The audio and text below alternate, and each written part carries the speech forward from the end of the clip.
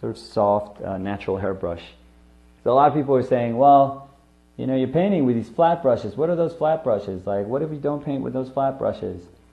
Flat brushes, they're fine, they're great, but if you give me a fucking broom, I'll paint with a broom. Doesn't matter. I mean, I'll do a shitty painting probably with a broom, but but I'll give it a shot.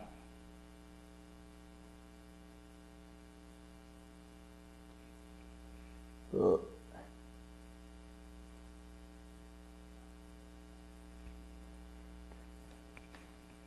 Love your brush strokes, thank you. Try to make my strokes matter, if that makes sense. Try to make them feel like they're decisions. And decisions that I can identify after I'm done painting. So it's super important for me to, let's say, look back at a painting and say, oh, how did I solve, you know, whatever problem it was I was trying to solve. And if I see my brush strokes, if I see my color choices, and if I see my strokes clearly, then it gives me a better idea of what I was thinking. You know, years could go by, but it gives me an idea of what I was thinking while I was trying to solve that particular painting. So that's awesome. No medium, just all paint. It's all paint.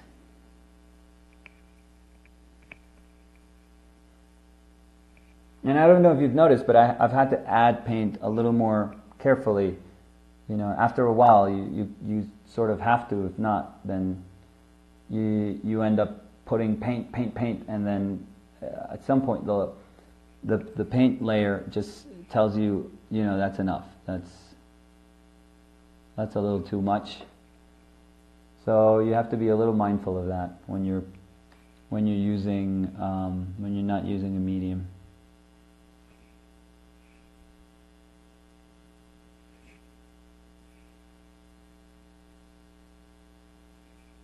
I love the soft. ¿Qué dice Marcelo? Marcelo. Bom dia. Final paint layers using wax medium? Probably not. No, probably not. No, if you go with liquid on top of that wax, then it's probably weird.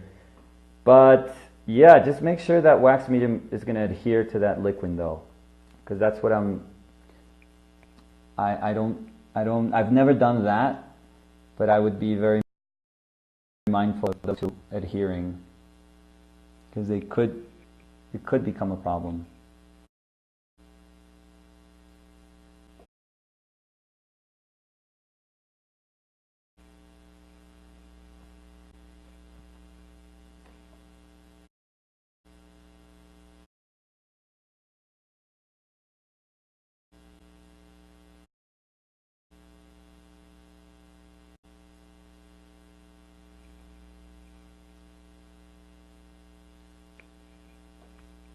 Hope you will check out my work. Yeah, sure, dude. 12, dude. What the hell, man?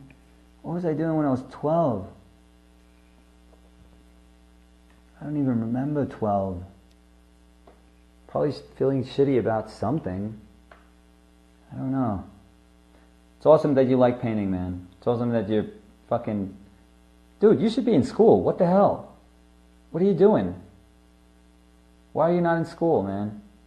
Fucking, don't tell me you're fucking in math class and just watching my stupid Instagram video.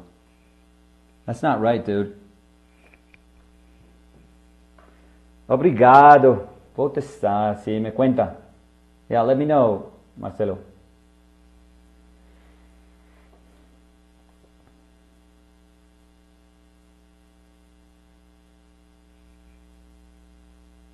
Whenever I'm not feeling great about painting, dude, that's so awesome. It's always like, it's March break in Canada. March break? The hell is March break? Like a spring break?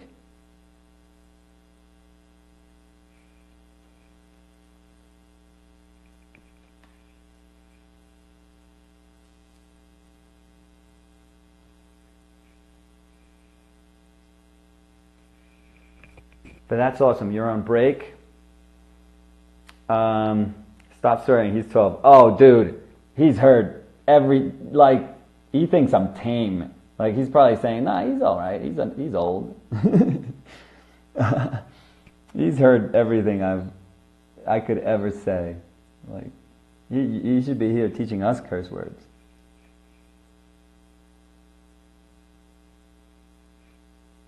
No, but you're Canadian, so you're good. You're a good guy, so. Su portugués es muy pro. Mi portuñol. Alejandra. Una semana en Sao Paulo, mi portuñol era increíble. Legal, una beleza.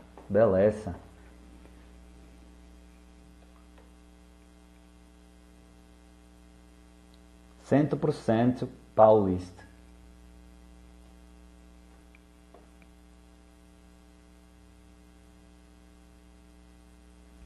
Es solo creerse el acento. 100% creerse el acento. Engañarse el resto. No tener pena, que pues Dios me dotó. No, yo la verdad soy súper penoso. Pero a mí no me da pena. O sea, yo sé que suena estúpido, pero yo soy un ser humano súper penoso. Pero nunca me da, o sea, la gente no me da pena, ni hablar como un idiota me da pena, ni ser un imbécil me da pena. Entonces, yo me la creo el resto. A Dani le ofende mi manera de adaptarme a sitios donde, donde no conozco el idioma porque los adopto de inmediato, o sea, yo no me cuestiono, yo, yo, yo empiezo a hablar, no me importa, se me olvida el español, se me olvida hablar español. A la gente que me rodea le doy oso, o sea, la gente que está conmigo es como este imbécil. ¿Qué le pasa a este huevón haciéndose el que habla qué? Pero para mí es como, no, como así. O sea, yo me mimetizo. O sea, yo nací. O sea, en Sao Paulo, yo había nacido en Sao Paulo, 100%.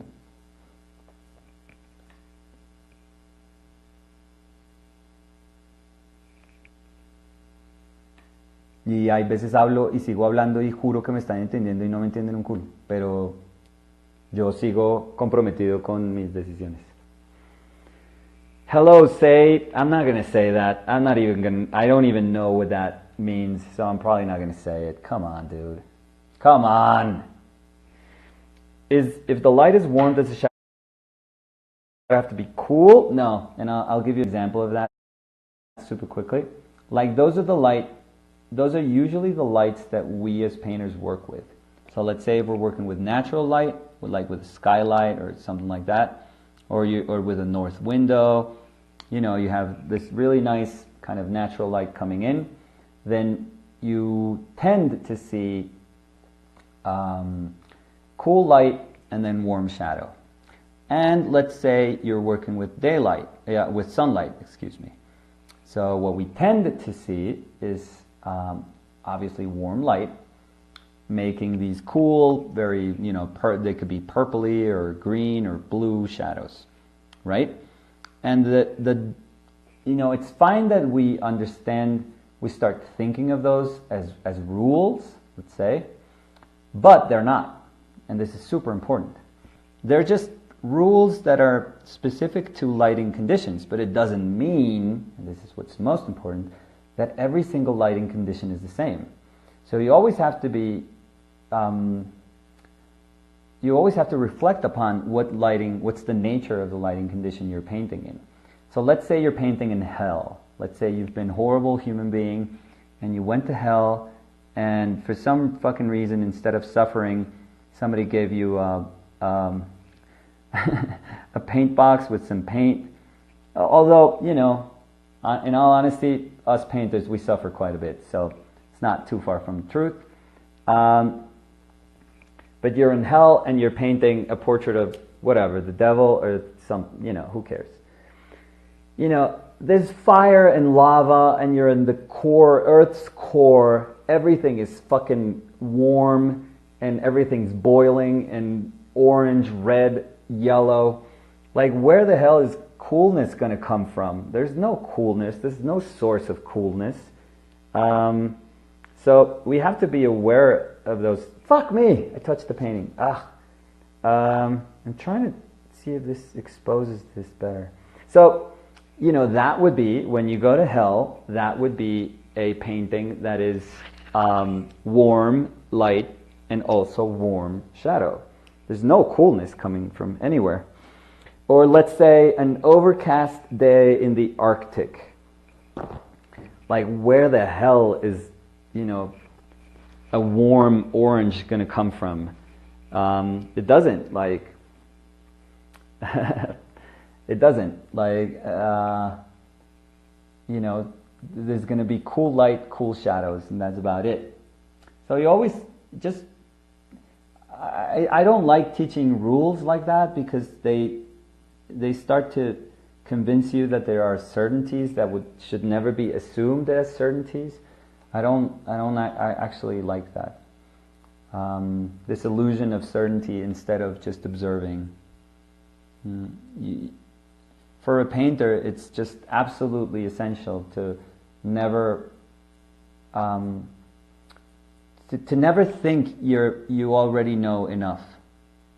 That you know what a lighting condition is supposed to look like, that you know what a face is supposed to look like, that you know what a certain time of day is supposed to look like.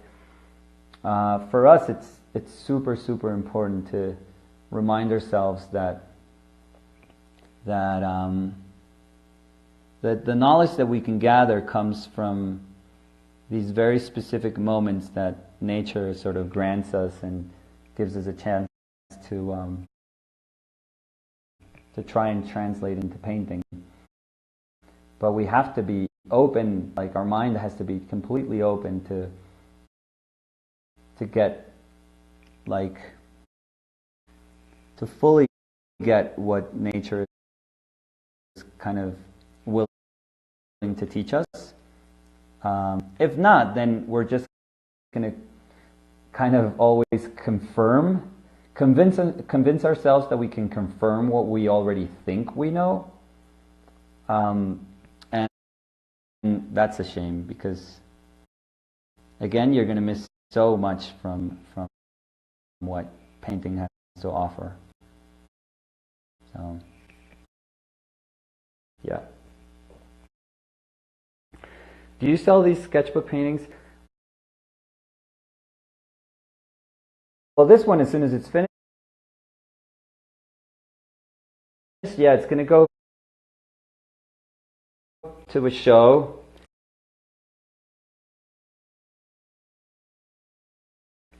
My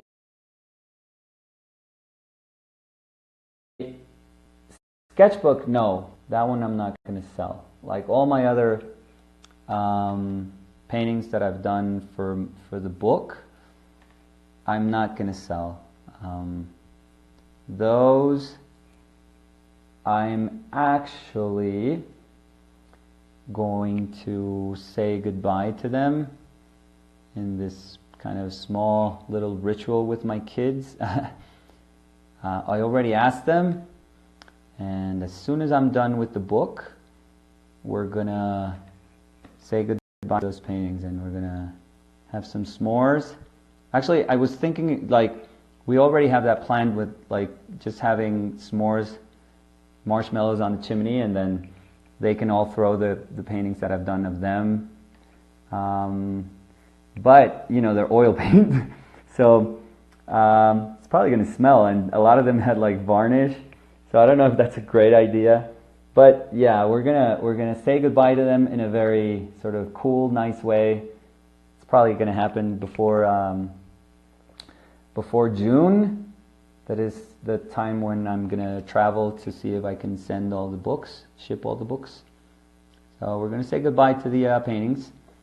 And I think it's going to be a nice way to close the chapter of having worked on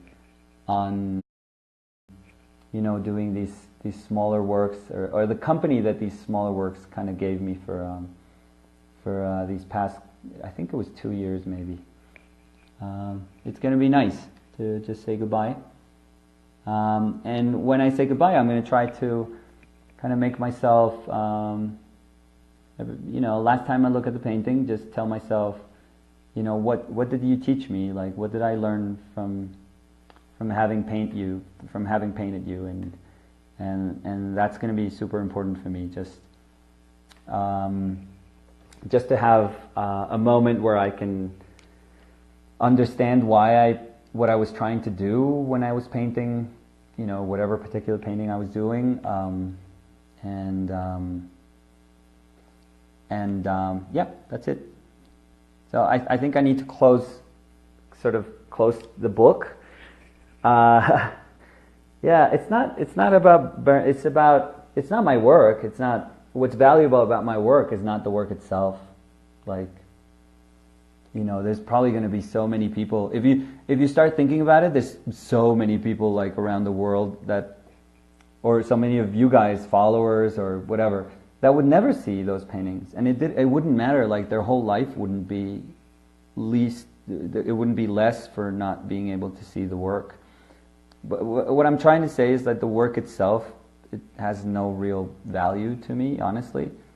What I love is these moments. Just wanting to preserve things is just this very natural human thing of like treasuring things and idolizing things, and I try to, and again, this is part of my path with painting, but I try to fight against that constantly. It just keeps me grounded. Just understanding that a painting is just a painting. There's no inherent value in being able to paint. If I start believing that, then I start believing that human beings that can't paint are less. That people that are not, that can't understand values or look at shapes or color the way I see them, then their life is actually less than mine in some way, in some strange way, and that's not true. I don't believe any of that. So I don't believe in what we're doing is special. Like when I joke about it, but when I say it's like bread, or it's like eating a piece of bread and it's amazing, and then you eat it and you enjoy it, and then you're done with it, and that's awesome. But you enjoyed it, like you had that moment where you were like, wow, this is awesome bread. And I don't know why I say bread, it's because I love bread. But yeah, I always tend to listen to my gut and say, well, that's what feels right. I don't want to keep these like. And I actually spoke to my kids and asked them, would you want to do this? Like, would it be cool for you guys? Because I wanted to measure if there was a sense of like idolizing what I do, or just saying, wow, no, I want to keep these images that my dad did of me. I want to look at them when I'm older. And there's nothing of that in a kid. Like, my kids are 7 and 11. And there's nothing like that. And a lot of people tell me, well, it's because they don't know. And maybe it's because I kind of want to believe they actually do know. And they actually understand things better than us. And they don't give value to like things that shouldn't be given value. So, do you want to go live together? Don't, dude, that's so nice of you. I don't even know if you're a dude or a girl, but dude, that's so nice of you, but I have a beautiful girlfriend that I love, and I have 2 kids, so I would say my plate is full, but I would gladly go visit you. If you don't mind having a friend that's a lot older than you, that's totally cool. If you don't find that kind of freaky, like, don't worry, like, I'm not weird or anything, but saying that I'm not weird just sounded weird, so I don't know. I'm going to stop the conversation right now.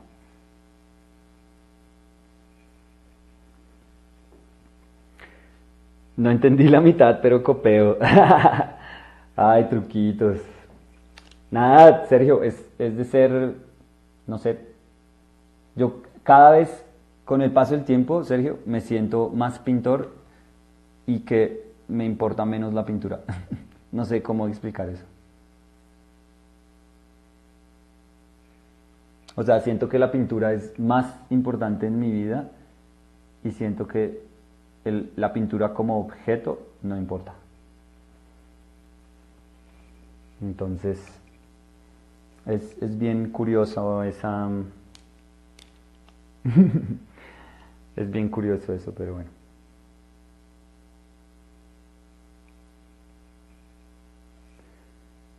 Fucking it. I'm really annoyed at the fucking... But I shouldn't be. Should accept it, and that's it. It's just... the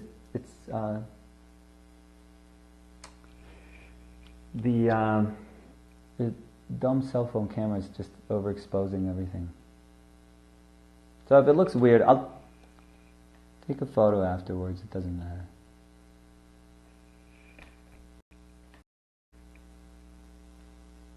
I'm done. La paciencia que yo tengo. ¡Oh, hijo de puta! Uy, salvé mi celular muy vasto. Re ninja estuve.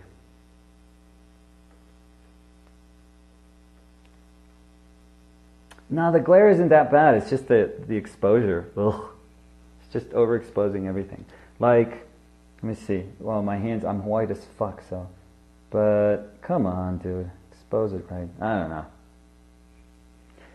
Abraços, Don Rodrigues. ¿Cómo está, André? Tá bom, André. André es un tatuador, uy, un monstruo en Sao Paulo. Es un berraco, hijo de puta. Y fue a un taller mío allá, pero uy, Andrés es un cerdo. Cerdo. Muy vasto.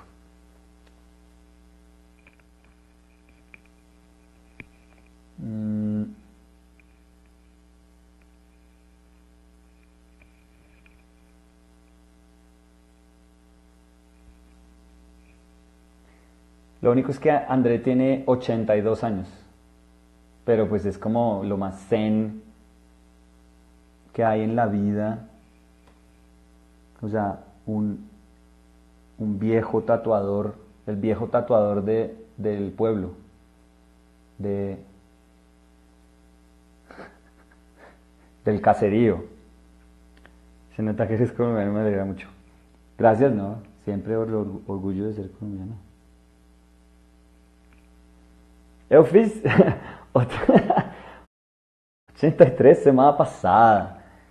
Sí, es un monstruo. No, es un animal. Es un animal. Él tatuó a Abraham. Él tatuó a Moisés cuando bajó con los mandamientos. Él le tatuó a Moisés un mandamiento en la espalda, el mandamiento que más le gustaba. Ay, qué huevón. Ay.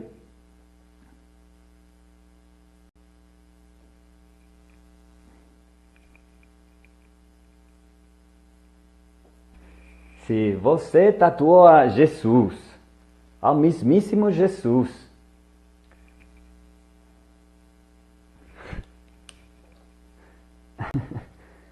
Qué hueva.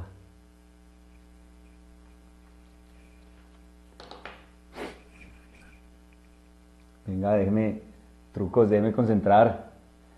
No puedo pintar así.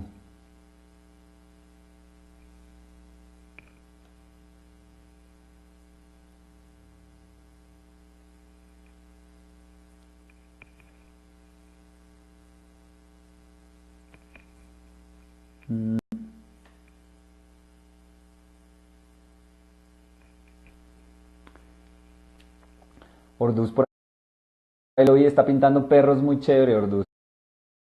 Son muy tiernos, muy feos y divinos, weón.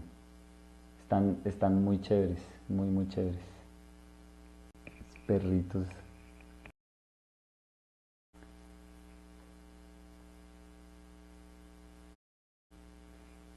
Yo estoy mamado de pintar gente que se quiere, como retratar gente que quiere verse bien en una pintura. No entiendo eso ya. Ya voy a negarme. Pinté por mucho tiempo personas estúpidas que me pagaban harta plata para verse bien. Y no, ya no más. Me mamé. Me mami. Entonces quiero pintar a la gente como Orduz pinta a los perros. How do you know when to stop? Right now, I'm probably going to stop when I'm hungry, because I'm getting hungry and I know lunch. I'm feeling that I need to get lunch because I wake up like super early. So there's a moment where I'm like, you know, if I could have like breakfast at 6, then lunch at 12, and dinner, although I don't do dinner, but then eat something again at 6, it's fucking great for me. I'm like, yeah, I'm like a geriatric kind of hospital. Totally fine with that. Totally cool with that schedule. So I know I'm getting hungry. I can feel it. I don't know what time it is, but I know that I'm hungry.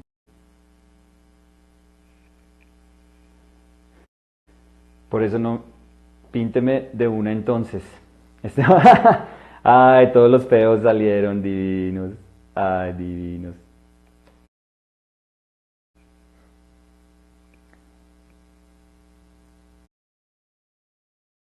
Todos somos lindos. Todos somos increíbles. Aquí no hay feo. Pues, o sea, con trucos toca